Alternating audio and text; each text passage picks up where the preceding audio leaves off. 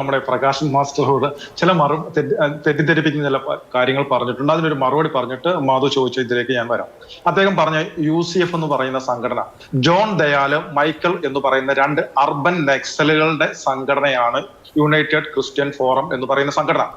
അത് ഇസ്ലാമിക മതമൗലികവാദ സംഘടനകൾ, നെക്സലൈറ്റ് പ്രസ്ഥാനങ്ങൾ എന്നിവയുമായിട്ട് ചേർന്ന് വയ്ക്കുന്നതാണ്. ആ സംഘടനയ്ക്ക് കത്തോലിക്ക സഭയുമായിട്ടോ ക്രിസ്ത്യൻ സമുദായവുമായിട്ടോ യാതൊരുവിധ ബന്ധവുമില്ല. അവർ അവരുടെ ടോൾ ഫ്രീ നമ്പറിൽ വന്നിട്ടുള്ള പരാതികളുടെ കണക്കുകൾ എന്നാണ് പറയുന്നത്. അല്ലാതെ വിവരാവകാശ നിയമപ്രകാരം രാജ്യത്ത് രജിസ്റ്റർ ചെയ്തിട്ടുള്ള ക്രിസ്ത്യാനികൾക്കെതിരെയുള്ള പീഡനങ്ങളുടെ ഔദ്യോഗികമായ കണക്കുകൾ ഉദ്ധരിച്ചല്ല. ഒന്ന് ആലോചിച്ച് നോക്കുക. ആദ്യം എന്തെങ്കിലും ഒരു വിഷയമുണ്ടായാൽ അവിടുത്തെ ലോക്കൽ പോലീസ് സ്റ്റേഷനാണ് പരാതി കൊടുക്കുന്നത്. പക്ഷെ ഇവര് പറയുന്നത് ഇവരുടെ ടോൾ ഫ്രീ നമ്പറിലേക്ക് ഈ ഗ്രാമങ്ങളിൽ നിന്നെല്ലാം ഗ്രാമീണരൊക്കെ വിളിച്ച കണക്കുകളുടെ ഇതാണ് അവർ പറയുന്നത്. അത് കുത്തിത്തിരിപ്പാണ്. അതിന് യാതൊരു യാഥാർത്ഥ്യവുമില്ല. പിന്നെ മറ്റൊരു പ്രകാശ് മാസം കണക്കുണ്ടോ? ഏതിന്റെ? കാസയുടെ കയ്യിൽ ഔദ്യോഗികമായി ഇന്ത്യയിൽ വിഭാഗത്തിനെതിരെ നടന്ന അക്രമങ്ങളുടെ കണക്കുണ്ടോ? ക്രിസ്ത്യൻ ഫോറം എന്ന് പറയുന്ന ജോൺ ദയാൽ എന്ന് പറയുന്ന അർബൻ നക്സൽ ക്രിസ്ത്യൻ നാമധാരി പുറത്തുവിട്ട കണക്ക് വ്യാജമാണ്. നിങ്ങളുടെ കയ്യിൽ ഒറിജിനൽ കണക്കുണ്ടോ? ഏത്? നിങ്ങളുടെ കണക്കുണ്ടെന്ന് ഞാൻ പറഞ്ഞില്ലല്ലോ. ഞാൻ പറഞ്ഞത് അദ്ദേഹം പുറത്തുവിട്ട കണക്ക് വ്യാജമാണ് എന്നാണ്. അങ്ങനെ വ്യാജമാണ് എന്ന് നമ്മൾ ആരോപിക്കണമെങ്കിൽ നമ്മളുടെ കയ്യിൽ ഒറിജിനൽ ആധികാരികമായ കണക്കുണ്ടാവണം. അങ്ങയുടെ കയ്യിലോ? അത് നിങ്ങളെ പോലുള്ള മാധ്യമങ്ങൾ വിവരാവകാശ നിയമപ്രകാരം രാജ്യത്ത് നടന്നിരിക്കുന്ന ക്രിസ്ത്യൻ പീഡനങ്ങളുടെ ഇത്ര വർഷത്തിന്റെ കണക്കുകൾ നിങ്ങൾ ശേഖരിച്ചാൽ നിങ്ങൾക്ക് ആ കണക്കുകൾ കിട്ടും. അല്ല, ഞങ്ങളത് വ്യാജമാണ്. യുണൈറ്റഡ് ക്രിസ്ത്യൻ ഫോറം പുറപ്പെടുവിച്ച കണക്ക് എന്ന് തന്നെയാണ് പറയുന്നത്. അല്ലാതെ മാധ്യമ വിവരാവകാശ പ്രകാരം എടുത്ത കേസ് എന്നൊന്നും പറയുന്നില്ല.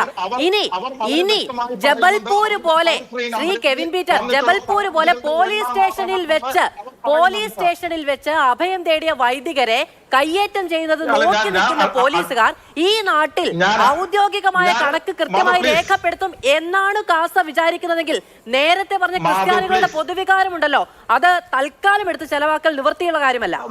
മാധു പ്ലീസ്, ഞാനത് പറഞ്ഞോട്ടെ.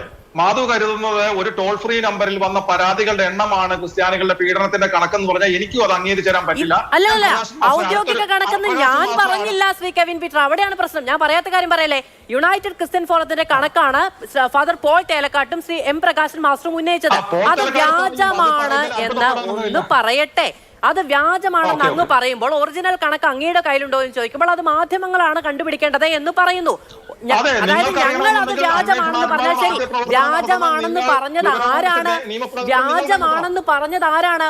ഒരാധികാരിക രേഖയും കയ്യിലില്ലാതെ, ഒരു കണക്കും കയ്യിലില്ലാതെ, ഒരു മിനിറ്റ് ക്രിസ്ത്യാനികളോ ന്യൂനപക്ഷങ്ങളോ ഒരു മിനിറ്റ് ശ്രീ കെവിൻ പീറ്റർ, അല്ലല്ല, ക്രിസ്ത്യാനികളോ ന്യൂനപക്ഷമോ ക്രൂരമായി വേട്ടയാടപ്പെടുന്നത് പോലീസ് സ്റ്റേഷന്റെ അകവശത്ത് തന്നെയാണ് എന്നുള്ള, അല്ല ഒന്ന് ഞാനും കൂടി പറയട്ടെ, അകവശത്ത് തന്നെയാണെന്ന് ലോകം മുഴുവൻ കണ്ട കാര്യത്തിൽ ആ പോലീസുകാർ FIR ഇട്ടിട്ടും ആ പോലീസുകാർ കൃത്യമായ കണക്ക് രേഖപ്പെടുത്തിയിട്ടും ഔദ്യോഗിക കണക്ക് കയ്യിൽ കിട്ടും എന്ന് വിശ്വസിച്ചിരിക്കുന്ന നിഷ്കളങ്കതയെ കൈയെടുത്ത് തൊഴാതെ നിവൃത്തിയില്ല. പറഞ്ഞോളൂ. നിങ്ങൾ തൊഴുകാതിരിക്കുകയോ ചെയ്യുക. അതല്ല ഞാൻ പറഞ്ഞത്.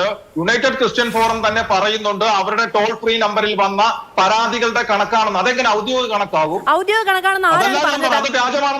ഔദ്യോഗിക കണക്കാണെന്ന് ആരാണ് ചർച്ച പറഞ്ഞത്?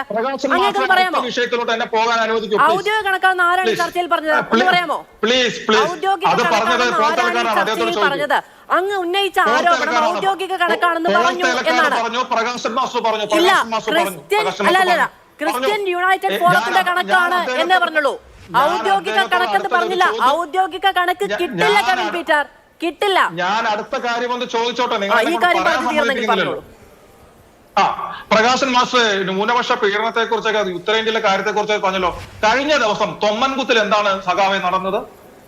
തൊമ്മൻകുത്തിൽ ആ വനഭൂമിയിലാണെന്ന് വനം വകുപ്പ് പറയുന്നു. പള്ളി ഒരിക്കലും ഇത്രയും പബ്ലിക്കായിട്ട് ഉറച്ച ശബ്ദത്തിൽ ഒരു രൂപത പറയുന്നു അത് ഞങ്ങളുടെ കൈവശാവകാശ ഭൂമിയാണെന്ന് പറയണമെന്നുണ്ടെങ്കിൽ അതിന്റെ യഥാർത്ഥ അർത്ഥത്തിൽ അത് പള്ളിയുടെ ഭൂമി തന്നെ ആയിരിക്കണം. അല്ലാതെ പരസ്യമായിട്ട് ഇത്തരത്തിലൊരു കളവ് പറയില്ല. പക്ഷെ അത് നിയമപ്രശ്നമാണ്, രേഖകൾ പരിശോധിക്കേണ്ടതാണ്. അവിടെ നിന്നോട്ടെ. ആ ഭൂമിയിലേക്ക് പള്ളിയിൽ ഇരുന്ന ചെറിയൊരു ക്രൂശിത രൂപവുമായിട്ട് വൈദികന്റെ നേതൃത്വത്തിൽ ദുഃഖവെള്ളിയാഴ്ച ദിവസം കുരിശിന്റെ വഴി നടന്നപ്പോൾ തടസ്സം നിർത്തിയത് നിങ്ങളുടെ പോലീസല്ലേ സഖാവെ? എന്നിട്ടാണ് സഖാവ് ഉത്തരേന്ത്യയിലേക്ക് പോകുന്നത്. പിന്നെ ന്യൂനപക്ഷത്തിന്റെ ബോർഡുകളിൽ എണ്ണത്തിന്റെ കണക്ക് സഖാവ് പറയുന്നത് കേട്ടു. 80:20 എന്ന് പറയുന്ന ഹൈക്കോടതി വിധിയുടെ അട്ടിമറിക്കാനായിട്ട് എല്ലാ സമുദായത്തിലെ ജനങ്ങളുടെ നികുതി പണത്തിലെടുത്ത് മുസ്ലിം സമുദായത്തിന് വേണ്ടി മാത്രമായിട്ട് സുപ്രീം കോടതിയിൽ അപ്പീലിന് പോയിരിക്കുന്ന നിങ്ങളുടെ ഗവൺമെന്റിലെ സഖാവ് അല്ലേ? നാണമില്ലേ സഖാവിനെയും ന്യൂനപക്ഷ പീഡനത്തെ കുറിച്ചൊക്കെ സംസാരിക്കാനായിട്ട്? ശരി, ഞാനത് പ്രകാശ് മാസ്റ്ററോട് ചോദിക്കാം. ഞാൻ ഇനി ആ വിഷയത്തിൽ പോയാൽ വീണ്ടും മറ്റതിലേക്ക് പോകാൻ ഉള്ള സമയം കിട്ടില്ല എന്നുള്ളത് കൊണ്ടാണ് ഞാൻ ആ വിഷയത്തിൽ പോകാത്തത്. ഈ പറയുന്ന ഒരു സമൂഹമാകപ്പാടെ പറയുന്നു എന്നൊക്കെ പറയുമ്പോൾ വഖഫ് നിങ്ങളെടുത്ത നിലപാട് തിരിച്ചു ചോദിക്കേണ്ടത് കേട്ടോ.